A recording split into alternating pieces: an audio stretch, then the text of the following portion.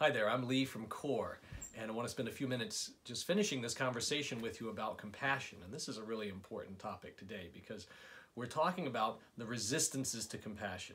We've looked at why compassion is so beautiful. We all want to be more loving, we want to be kind, we want to be giving, we want to be compassionate, but why aren't we, right? And so the reason is because we have learned resistances to compassion. And here are a few of them, and this is the invitation to be aware of which of these you may find coming up for you, right? So the first one is, one of the resistances we may be to being compassionate to other people is that we simply think they don't deserve it, that this person is beyond compassion, right? This happens a lot with family members, right? And if we are compassionate to them, we will give away our power or we will enable them. So the alternative to compassion becomes withholding compassion instead of opening our hearts. And there is a quality to compassion that is unconditional. It is unconditional love, right? But if we find that we think that someone else is going to be enabled by that, we may hold it back, right? So we stifle that compassion.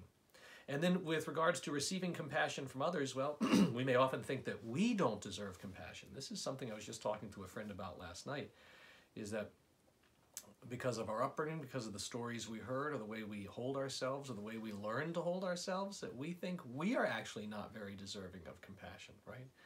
So just as we would look down on someone else or think that they don't deserve it, we can do the same thing to ourselves. And another reason is, especially if we're a caretaker, we think that if I allow myself to receive compassion, if I soften this, I'm going to fall apart because I've got to be strong.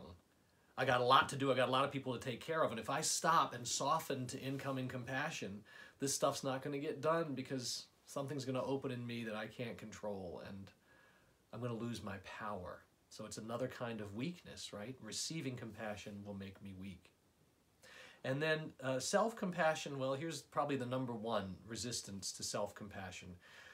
We have a story that it's self-indulgent, that to be self-compassionate is actually to indulge ourselves. So this is a really important one. What's the difference? There's a key difference between self-compassion and self-indulgence, right? Self-compassion, when we find ourselves being self-compassionate, we become more generous, more kind.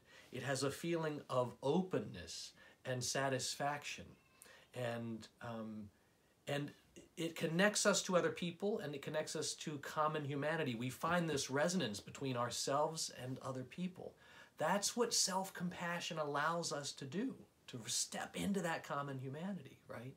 Self-indulgence has a whole different feel to it. When we spend time being self-indulgent, there's a tightness to it. You may have felt this sometimes if you've given into an addictive period, or a time that feels like you're just gripping, this thing's just gotta happen. And there's a quality to self-indulgence that's not satisfying. When it's over, we don't feel any better. Actually, we feel less connected to people, right? We feel less connected to ourselves, less connected to common humanity, less generous, and it feels a little like this, like we want to hide. That's kind of the byproduct of self-indulgence. So we really want to foster self-compassion, because there's one other thing that self-indulgence does. When we are self-indulgent, we find ourselves thinking a lot about ourselves. That's really the state of self-indulgence, is we spend a lot of time ruminating, thinking, or what we like to call problem solving. You may see this in the state our world is in right now. With so much going on, there may be a lot of consternation, a lot of thinking, a lot of worrying. And a lot of it has to do with me and how I am in this, and how am I showing up, and that which maybe hides as generosity, or we kind of think is somehow generous, or somehow tending to things, or sitting in shame perhaps, actually is just the opposite. It is the very heart of self-indulgence, because it's all about us, and it actually doesn't prepare us for action. When we are self-compassionate, when we live in the flow of compassion, we actually then take action. It then readies us to move forward, to lean into. So this is an important step. As a teacher, a friend of mine used to say, when I said, I'm sorry, he'd say, well, don't be sorry, be good. And to put that into context, it means, oh yeah, I do want to feel the pain and suffering of the world. That's part of empathy that we talked about before. But if I sit there, if I stay there and turn it inward, it just becomes self-indulgence. So the step after empathy is movement, is compassion, to move into action. And that only comes truly effectively with compassion, including self-compassion. So our invitation is to see where these three resistances, or maybe many resistances to compassion, may be coming up for you.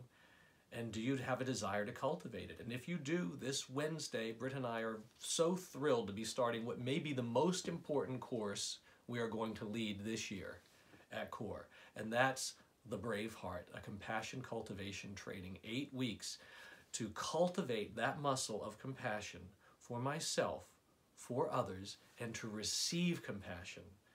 And this is the place that allows us to be generous, loving, kind agents for change for ourselves and the world. It's a win-win in every direction. And we're a stand for that, for you and for the world. So please join us. We hope to see you there. Thank you.